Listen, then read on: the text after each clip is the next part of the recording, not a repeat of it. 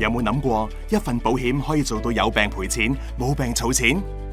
保誠加護一生住院現金儲蓄保險係市場首創，提供終身健康保障、資金增長機會同人壽保障嘅住院現金計劃，守護健康，同時助你打造財務穩健嘅未來。35歲嘅資訊科技顧問 Andy 有個女，佢經常喺大灣區做嘢。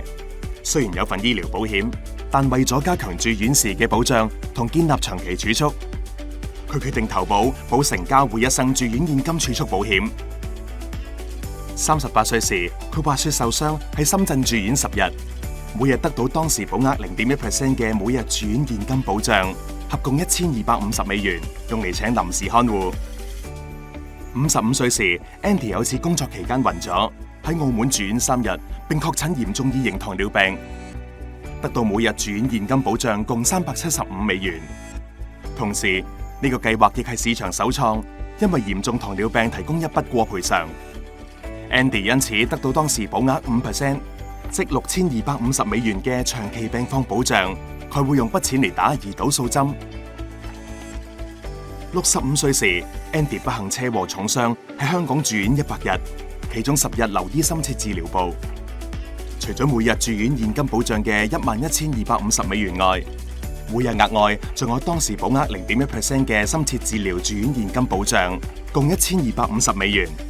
同時，佢亦因為長期住院而得到長期病況保障$6250。Andy 將筆錢用喺復健。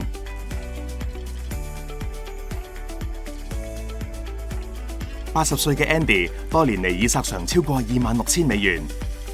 假如佢不幸過身，佢個女 Amy 可得到預期身故賠償約$434,000，加埋之前已索償嘅金額，所得總額大約係已繳總保費嘅10倍。